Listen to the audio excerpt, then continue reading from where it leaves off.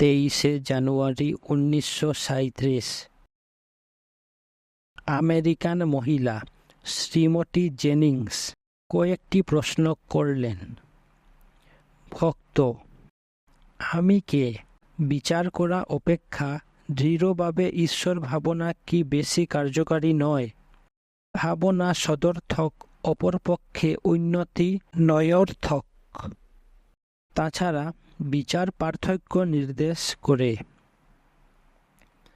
মহারিষি: যতক্ষণ তুমি কি করে আত্মজ্ঞান হয় জানতে চাও, আত্মলাভের জন্য এই উপদেশ দেওয়া হয়। তোমার উপায় খোঁজাই পার্থক্য সূচিত করে। ভক্ত: আমি কে বলার থেকে আমি ব্রহ্ম বলা কি ভালো নয়? মহারিষি: কে সমর্থন করে? এটা করার জন্য একজন কেউ আছে, তাকে খুঁজো। ভক্ত: বিচারের থেকে ধ্যান কি ভালো নয়? মহারিষি: ধ্যানে মনের কল্পনা সূচিত করে। অপর পক্ষে সত্যের জন্যই বিচার করা হয়। প্রথমটি বস্তুনিষ্ঠ আর দ্বিতীয়টি আত্মনিষ্ঠ। ভক্ত: এই বিষয়ের একটা বৈজ্ঞানিক পদ্ধতি থাকা উচিত। মহারিষি: অসৎ পরিহার ও সত্য অন্বেষণই বৈজ্ঞানিক প্রক্রিয়া।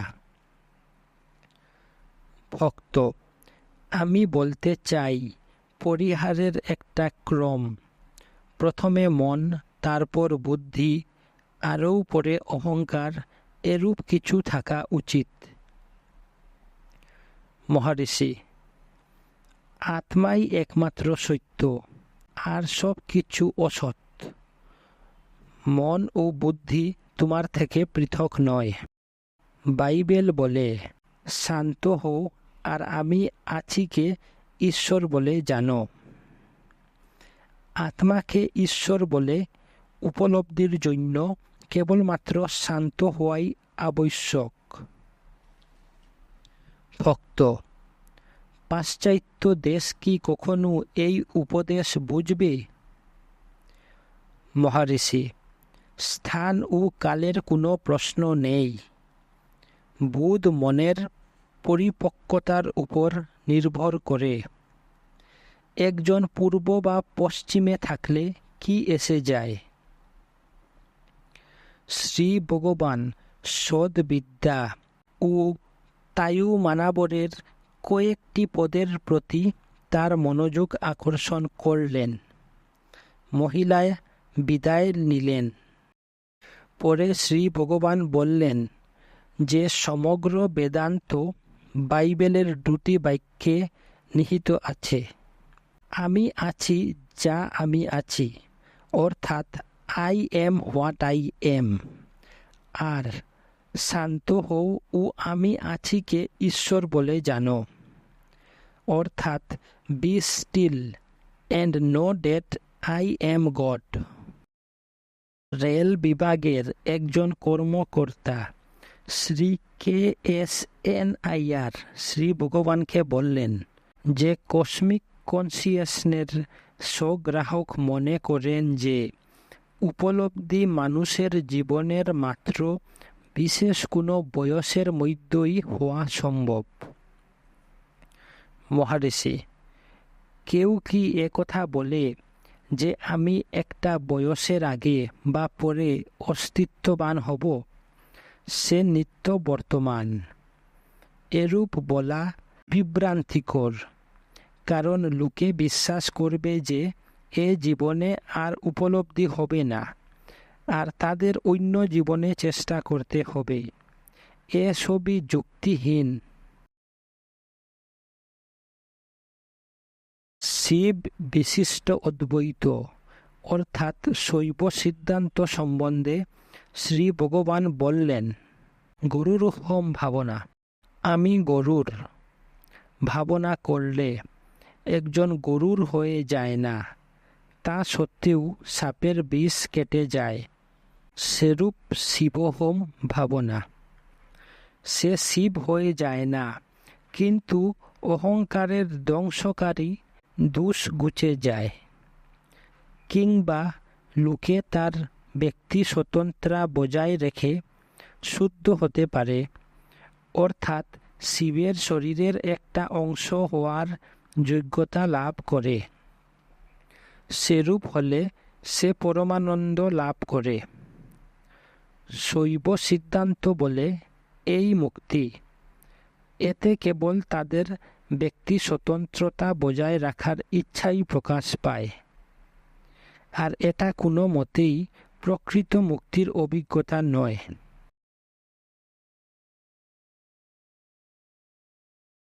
শ্রী বোস শুরু করলেন, দেহ চেতনা ফিরে এলে পরে মহারিষি বললেন, দেহ চেতনা কি?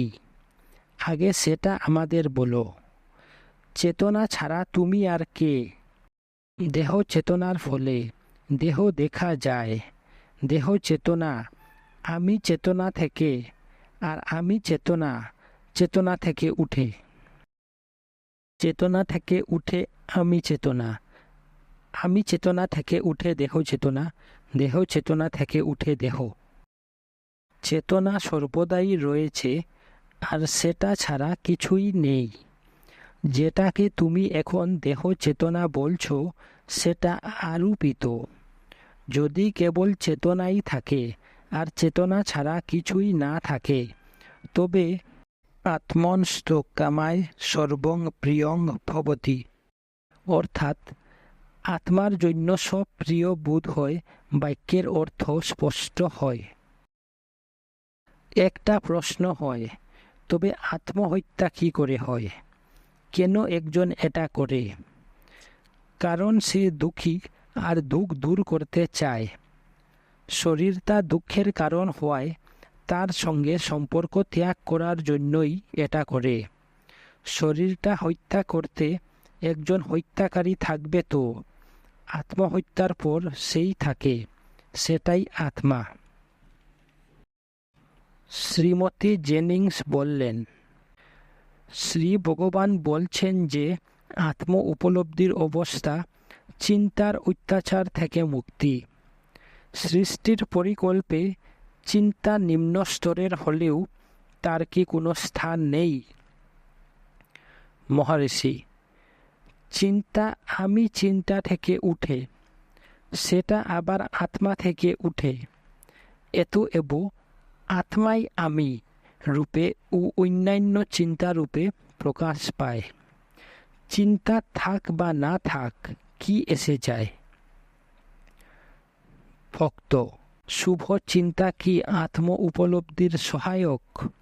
তারা কি আত্ম উপলব্ধির পথের নিম্ন স্তরের নির্ভরযোগ্য সহায়ক নয়? মহারিষি, হ্যাঁ, এই রূপে। তারা কুচিন্তা দূরে রাখে। উপলব্ধির অবস্থায় তাদেরও চলে যেতে হবে। ভক্ত, সৃজনী চিন্তাগুলো কি আত্ম উপলব্ধির একটা অঙ্গ নয়, আর সে কারণে তারা কি সহায়ক হয় না? মহারিষি, সহায়ক কেবলমাত্র আগে যা বলা হয়েছে সেই রূপে। তাদের সবই আত্মাতে লয় হতে হবে। চিন্তা, ভালো বা মন্দ, তোমায় আত্মার নিকটে না এনে দূরে নিয়ে যায়, কারণ চিন্তা থেকে আত্মা আরও অন্তরঙ্গ। তুমি আত্মা, অন্য পক্ষে চিন্তাগুলো আত্মার বিষম ধর্মী। ভক্ত, সুতরাং অবশেষে আত্মা যা তাকে উপলব্ধি করতে সাহায্য করেছিল, সেই নিজের সৃষ্টিকে গ্রাস করে নেয়। অন্যদিকে সভ্যতা যেগুলা তার উন্নতির সহায়ক, সেই নিজের সৃষ্টিসমূহকে ভুল করে প্রাধান্য দেয়, আর সেজন্য তাদের পৃথক করে এবং লঘু পরিধি অর্থাৎ শর্ট সার্কিট করে সরল করে নেয়, অর্থাৎ এটাই তার সর্বোচ্চ লক্ষ্য বলে ধরে নেয়। মহারিষি, তুমি কি চিন্তা থেকে স্বতন্ত্র নও?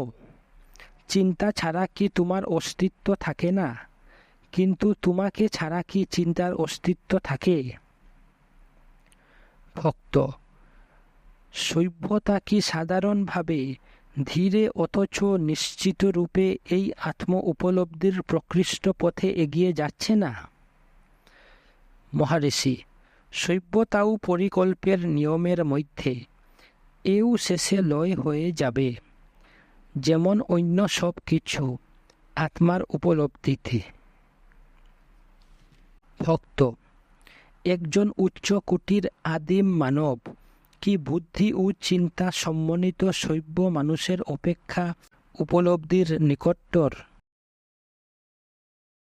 মহারিষি: একজন জ্ঞানী হয়তো আদিম মানবের মতো দেখতে হতে পারে, কিন্তু একজন আদিম মানব জ্ঞানী নয়। ভক্ত: যা কিছু হয় সবই ঈশ্বরের বিধান, আর সে কারণে নিশ্চয় ভালো মনে করা কি ঠিক? মহারিষি: নিশ্চয়ই তাই। তবু অন্য সব কিছু ও ঈশ্বর তোমার আত্মা ছাড়া পৃথক নয়। তুমি যদি আত্মা হয়ে থাকো, তবে তাদের সম্বন্ধে চিন্তা কি করে হয়? ভক্ত: শারীরিক কষ্ট যেমন পিপিলিকা, মশা, সাপ ইত্যাদির উৎপাত মেনে নেওয়া, ইচ্ছাকৃতভাবে স্বীকার করা বা তাদের দ্বারা কষ্ট না পাওয়া কি সমর্পণ? মহারিষি: এরা যাই হোক, তারা কি যে দেখছে বা ভাবছে সেই তুমি থেকে পৃথক। শ্রোতাদের মধ্যে একজন পার্সি মহিলা বাধা দিয়ে বললে, যদি তারা পৃথক না হয় তবে তাদের দংশন কি করে অনুভব করি? মহারিষি: তারা কাকে কামড়ায়? শরীরকে। তুমি শরীর নও। যতক্ষণ তুমি নিজেকে শরীর বলে নির্ধারণ করো, ততক্ষণ পিঁপড়া, গাছপালা ইত্যাদি দেখো। যদি তুমি আত্মাতে থাকো, তবে তারা আত্মার অতিরিক্ত অন্য কিছু নয়। ভক্ত: শরীর দংশনের জ্বালা অনুভব করে? মহারিষি: যদি শরীর অনুভব করে, তবে তাকেই জিজ্ঞাসা করতে দাও। শরীর নিজের ব্যবস্থা করুক, তোমার কি এসে যায়? আমেরিকান মহিলা আবার বললেন, সম্পূর্ণ সমর্পণের অর্থ কি পারিপার্শ্বিক সকল প্রকার কুলহল ও অশান্তি এমনকি ধ্যানের সময় হলেও মেনে নেওয়া? কিংবা একান্ত বাসের জন্য আমরা কোনো পাহাড়ের গুহা খুঁজব? ভগবান নিজে কি তাই করেননি? মহারিষি: কোনো যাওয়া বা আশা নেই। বলা হয়, আত্মা পঞ্চভূতের দ্বারা অবিক্ষুব্ধ, অসীম ও শাশ্বত। এ স্থানান্তরে যায় না। আত্মার যাওয়ার কোনো স্থানও নেই। ভক্ত: কিন্তু আত্ম অনুসন্ধানের অবস্থায় বাইরের সাহায্য নেওয়া কি আধ্যাত্মিকভাবে ন্যায় নয়? মহারিষি: ভুলটা হচ্ছে আত্মাকে শরীর বলে নির্ধারণ। শরীরটা যদি ভগবান হয়, তুমি সেই শরীরটাকে জিজ্ঞাসা করতে পারো, কিন্তু যাকে ভগবান বলে সম্বোধন করছো তাকে জানো, সে শরীর নয়, সে আত্মা। মহিলা তখন হরিজনে প্রকাশিত একটি প্রবন্ধের উল্লেখ করলেন। সেখানে বলা হয়েছে যে সবই ঈশ্বর আর মানুষের ব্যক্তিগত বলে কিছু নেই ইত্যাদি। মহারিষি: প্রত্যেক বস্তু, ব্যক্তি, ঈশ্বর আরও যা কিছু সবই আত্মা। ভক্ত: তারপর তিনি শেলির রচিত কয়েকটি পঙ্গতি পড়ে জিজ্ঞাসা করলেন যে শেলি জ্ঞানী কিনা। মানবের পথহীন অন্তর্গুহায় অপরূপ আছে এক সে মহিমাময়। পাখা মেলে কল্পনা যদি সেথা যায়, ভয় ভীত নত জানু প্রণমে তাহায়, সত্তার গাম্ভীর্যে আর তাহার আলোয়, স্বপ্ন কায়া ভেদি তারে করে জ্যোতির্ময়, যবে শক্তি তেজে তার বন্যী সত্তা হয়। মহারিষি: হ্যাঁ, কবিতাটি সুন্দর। সে যা লিখেছে নিশ্চয় অনুভব করেছে। মহিলাটি শ্রী ভগবানকে ধন্যবাদ দিলেন ও বিদায় নিলেন।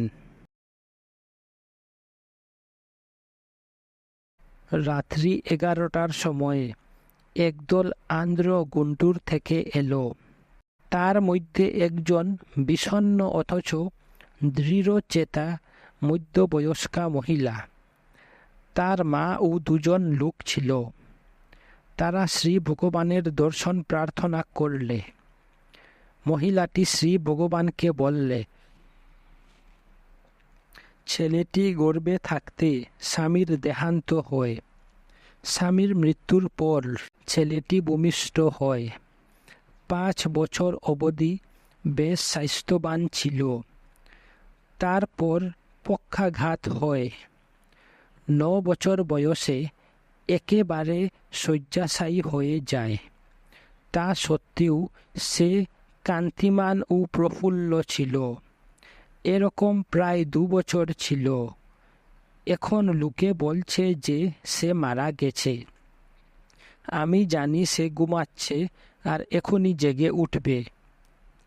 ওরা যখন বললে যে সে অজ্ঞান হয়ে গেছে, আমার প্রচণ্ড আঘাত লাগল। আমি দেখলাম যে একজন সাধু তার শরীর স্পর্শ করলেন আর ছেলেটি সুস্থ হয়ে উঠল। আমার বিশ্বাস যে আপনি সেই সাধু। কৃপা করে এসে একবার স্পর্শ করুন, ছেলেটি জেগে উঠুক। সে প্রার্থনা করলে। শ্রী ভগবান ডাক্তারের মতামত জিজ্ঞাসা করলেন। মহিলা উত্তর দিলে, তারা বলে মারা গেছে, কিন্তু তারা কি জানে আমি ছেলেটিকে গুন্টুর থেকে এখানে নিয়ে এসেছি। অন্য একজন জিজ্ঞাসা করলে, কি করে, মৃতদেহ কি এখানে আনা হয়েছে? মহিলা: ওরা বললে যে প্রতি মাইল 1.5 টাকা বিশেষ মাসুল দিয়ে দেহটি নিয়ে যাওয়া যাবে। আমি এর জন্য 150 টাকা দিয়েছি আর মাল হিসাবে নিয়ে এসেছি। মহারিষি: যদি তোমার দর্শন ঠিক হয়, ছেলেটি আগামীকাল জেগে উঠবে। মহিলা: একবার কৃপা করে স্পর্শ করুন, আশ্রমের ভিতরে তাকে নিয়ে আসব। অন্যরা আপত্তি করলে আর তাদের ফিরে যেতে প্ররোচিত করলে। তারা চলে গেল আর পরের দিন খবর পাওয়া গেল যে দেহটি দাহ করা হয়েছে। জিজ্ঞাসা করা হলে শ্রী ভগবান বললেন, কোনো কোনো মহাত্মা মৃতের জীবন দিতে পারেন বলা হয়। তারাও আবার সবার জীবন দিতে পারেন না। তা যদি হতো তবে আর জগৎ থাকতো না, মৃত্যু ও শ্মশান ইত্যাদিও থাকতো না।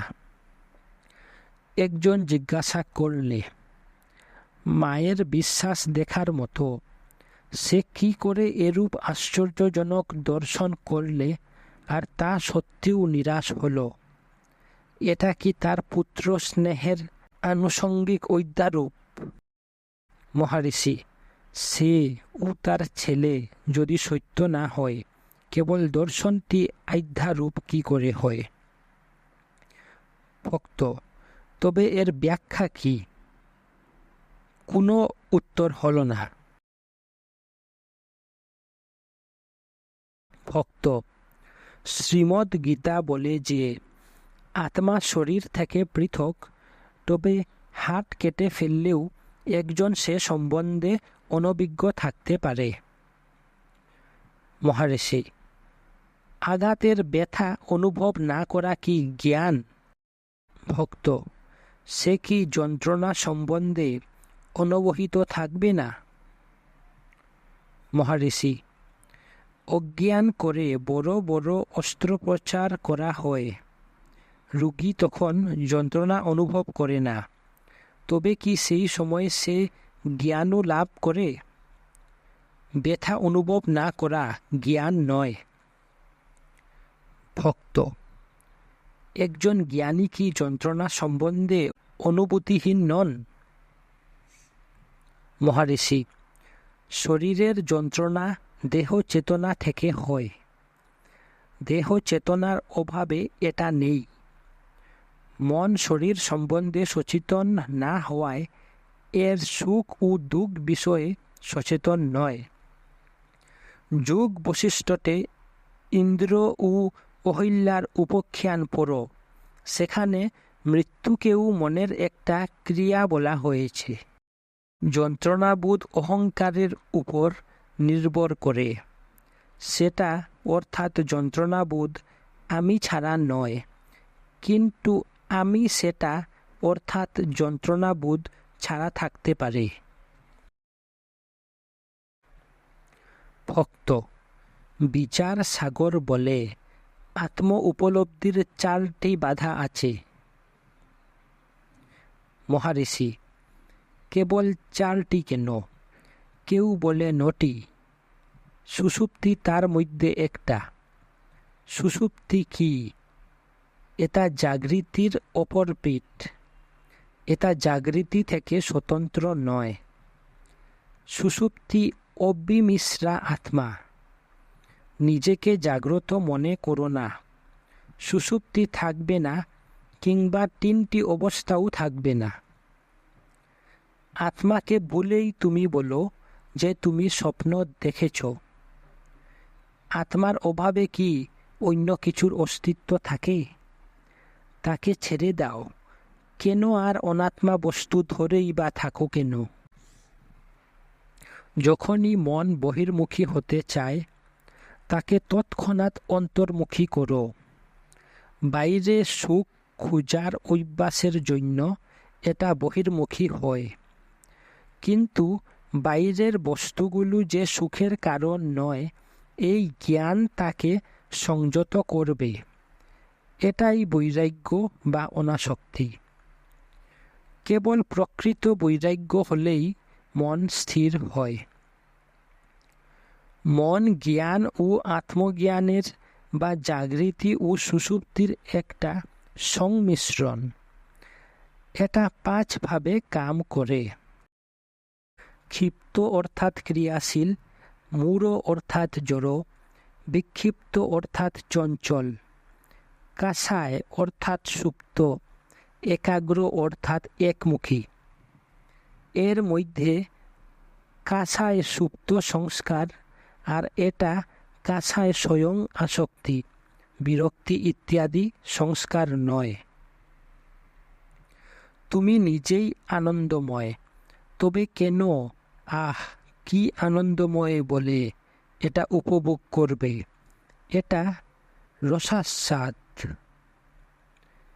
বিবাহ উৎসবে একজন কুমারী কন্যা পুরুষের আলিঙ্গনের অনুভূতি ছাড়াই কনে হয়ে আনন্দ পায়। এটা রসাস্বাদ। ভক্ত: জীবন মুক্তি আনন্দ। শ্রী ভগবান বাধা দিয়ে বললেন, শাস্ত্রের কথা বলো না। জীবন মুক্তি কি? আনন্দ কি? মুক্তির সম্বন্ধেই সংশয় আছে। এসব বাক্য কি? এরা কি আত্মা ছাড়া স্বতন্ত্র? ভক্ত: আমাদের এ সম্বন্ধে কোনো অভিজ্ঞতাই নেই। মহারিষি: যা নেই তা আদৌ নেই। যা আছে তা সর্বদা আছে, নিত্য বর্তমান। এটাই সনাতন বিধি। উদাহরণ: গলার হার। শ্রী ভগবান একটু থেমে আবার বলতে শুরু করলেন, মনকে খুঁজে এর শক্তি ক্ষয় করো। মনকে পরীক্ষা করলে এর ক্রিয়া আপনা হতে থেমে যায়। মনের উৎস খোঁজা আরও একটা পদ্ধতি, উৎসকে ঈশ্বর, আত্মা বা চেতনা বলা যায়। একটা চিন্তায় একাগ্র হলে অন্য চিন্তা অদৃশ্য হয়ে যায়, অবশেষে সেই চিন্তাও চলে যায়। চিন্তাকে সংযত করার সময়ে সচেতন থাকতে হবে, তা না হলে ঘুম এসে যাবে। ভক্ত, কি করে মনকে খোঁজা যায়? মহারিষি, শ্বাস সংযম একটা সহায়ক হতে পারে, তবে এটা লক্ষ্যে নিয়ে যায় না। যান্ত্রিকভাবে এটা করার সময়ে সজাগ থাকতে হবে ও আমি চিন্তাকে স্মরণ করে তার উৎস খুঁজতে হবে। তাহলে দেখবে যে শ্বাস যেখানে মিলিয়ে যায় সেখান থেকেই আমি চিন্তা উঠে। এরা একই সঙ্গে মিলিয়ে যায় আর উঠে। আমি চিন্তাটা শ্বাসের সঙ্গে মিলিয়ে যাবে। এর সাথে সাথে একটা জ্যোতির্ময় অসীম আমি বোধ প্রকাশ হবে, আর এটা নিরবিচ্ছিন্ন ও অখণ্ড হবে। সেটাই লক্ষ্য।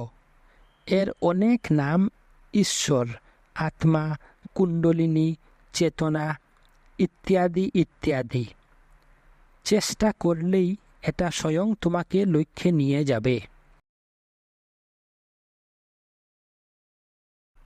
যতদিন শরীর আছে ততদিন পুরস্কার ও দৈব আছে, কিন্তু জ্ঞান দুইয়ের অতীত, কারণ আত্মা জ্ঞান ও অজ্ঞানের অতীত।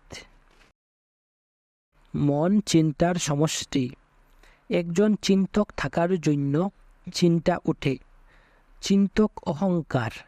অহংকারকে খুঁজলে সে আপনা হতে অদৃশ্য হয়। অহংকার ও মন এক। অহংকারই মূল চিন্তা, যা হতে আর সব চিন্তা ওঠে। ভক্ত, এমন সময় আসে যখন জাগতিক পরিবেশ, ব্যক্তি, বস্তু ইত্যাদি একটা অস্পষ্ট, প্রায় স্বচ্ছ, অনেকটা স্বপ্নের মতো দেখায়। মনে হয় যেন তাদের আর বাইরে দেখা যাচ্ছে না, কিন্তু আভাসে তাদের অস্তিত্বের বোধ আছে, যদিও সে সময় সক্রিয়ভাবে কোনো আমিত্বের বোধ থাকে না। মনে একটা গভীর শান্তির অনুভূতি হয়। এটাই কি অন্তরে ডুবে যাওয়ার প্রকৃষ্ট সময়? কিংবা এটা একটা আত্মসম্মোহন ও অস্বাস্থ্যকর অবস্থা? ক্ষণিক শান্তি লাভের জন্য একে কি প্রশ্রয় দেওয়া উচিত? মহারিষি, মনের শান্ত অবস্থায় একটা চেতনা আছে। এটাই সেই যথার্থ অবস্থা যাকে লক্ষ্য করতে হবে। এ অবস্থায় একে আত্মা বলে না বুঝে প্রশ্ন করা থেকেই বোঝা যায় যে এই অবস্থা দৃঢ় নয়, ক্ষণিক মাত্র। মনকে বহির্মূর্খিনতা থেকে ফিরিয়ে অন্তর্মূর্খিন করে বাহ্যিক উপরের স্তর থেকে নিচে ডুবিয়ে দেওয়াতে ডুবে যাওয়া শব্দটি যথার্থ হয়। কিন্তু যখন চেতনাকে বাধা না দিয়ে পরম প্রশান্তি থাকে, তখন আর ডুবার প্রয়োজন কোথায়? যদি সেই অবস্থাকে আত্মা বলে উপলব্ধি না হয়, সেটা করার চেষ্টাকে ডুবে যাওয়া বলা হয়। সে কারণে ওই অবস্থাকে উপলব্ধি বা ডুবে যাওয়ার পক্ষে উপযোগী বলা যায়। এরূপে শেষের দুটি প্রশ্ন আভ্যন্তর। ভক্ত, হয়তো কোনো এক সময়ে শিশুরূপকে আদর্শের মূর্তরূপ বলে উপযোগ করার জন্য মন এখনও শিশুদের প্রতি আকৃষ্ট হয়। এই দুর্বলতা কি করে যাবে?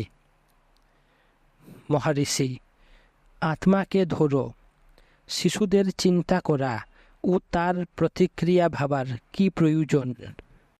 ভক্ত, তিরুবন্নমাল্লাইয়ে এই তৃতীয়বার আসাতে মনে হয় অহংকার ভাবটা আরও প্রবল হয়েছে আর ধ্যানের বাধা হচ্ছে। এটা কি একটা তুচ্ছ সাময়িক অবস্থা যা চলে যাবে, কিংবা আমার এরূপ স্থান পরিহার করা উচিত, তার সংকেত? মহারিষি: এটা কল্পিত।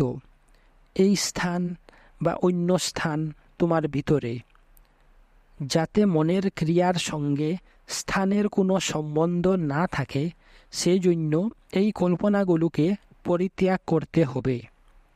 তোমার পরিবেশ তোমার ইচ্ছাধীন নয়, এটা যা হওয়ার তাই হচ্ছে। তুমি এর উপরে উঠো আর এতে জড়িয়ে পড়ো না।